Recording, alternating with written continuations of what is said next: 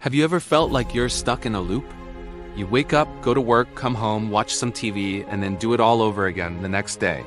That was Daniel's life. He wasn't unhappy, not really. But he wasn't truly happy either. He was just existing. His world was comfortable, predictable, and painted in shades of gray. Every morning, his alarm would go off at 7 a.m. sharp. He'd hit snooze exactly twice, then drag himself out of bed to face another identical day. His job was stable but uninspiring. His evenings were quiet, and his weekends were spent catching up on chores and sleep.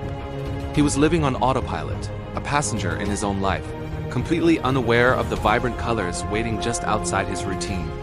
He thought this was all there was to it. One rainy Tuesday, something shifted. While scrolling aimlessly on his phone during his lunch break, he stumbled upon a video. It was a travel vlog, showing a woman trekking through a dense emerald green jungle. She was laughing, her face smudged with dirt, a look of pure, unadulterated joy in her eyes. It wasn't the destination that struck Daniel, but her expression. It was an emotion he hadn't felt in years. Later that evening, he saw a documentary about a man who quit his corporate job to become a carpenter. The scent of sawdust, the focus in the man's eyes as he carved a piece of wood, it all felt so real, so tangible. These weren't grand epiphanies, just tiny sparks.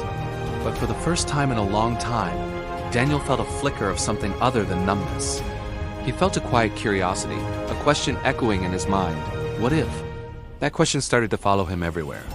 It was there when he drove the same route to work, when he ate the same sandwich for lunch, when he stared at the same TV screen at night. What if the gray walls of his routine started to feel less like a comfort zone and more like a cage? He began noticing things he'd ignored for years. The intricate patterns of frost on his window, the taste of a perfectly brewed coffee, the sound of birds singing outside his office. The world hadn't changed, but his perception of it was starting to. He started a journal, not to list his daily tasks, but to write down one thing each day that made him feel something, anything. A funny comment from a coworker, a beautiful sunset, the melody of a song. Slowly, page by page, he was reintroducing himself to the world and, more importantly, to himself. The real change began when Daniel decided to act on this newfound awareness. He started small. Instead of his usual TV show, he signed up for an online pottery class. His first few creations were lopsided disasters, but the feeling of clay spinning beneath his fingers was exhilarating. It was messy, unpredictable, and completely his own.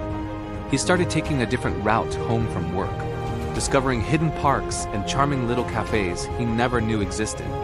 He called up old friends he hadn't spoken to in years, not just to say hello, but to really connect, to listen to their stories. Each small step out of his routine was like adding a new color to his once gray canvas. He felt a nervous excitement, a kind of fear that was thrilling, not paralyzing. He was no longer just existing. He was actively participating in his own life, and it felt incredible. Daniel's life today is unrecognizable from what it was. He didn't quit his job or move to a remote jungle. The big changes were all on the inside. He found a way to bring his passion into his stable career, leading creative side projects at work that he'd once have shied away from. His weekends are now filled with pottery, hiking with new friends, and exploring his own city like a tourist. He's not living someone else's highlight reel. He's creating his own. His awakening wasn't a sudden explosion, but a gradual sunrise. It was the realization that a meaningful life isn't about escaping your reality, but about finding the magic within it. It's about choosing to see the color, to feel the joy, and to answer that persistent question. What if? With a brave and resounding, let's find out. Thank you for watching. If Daniel's story resonated with you, hit that like button and subscribe for more.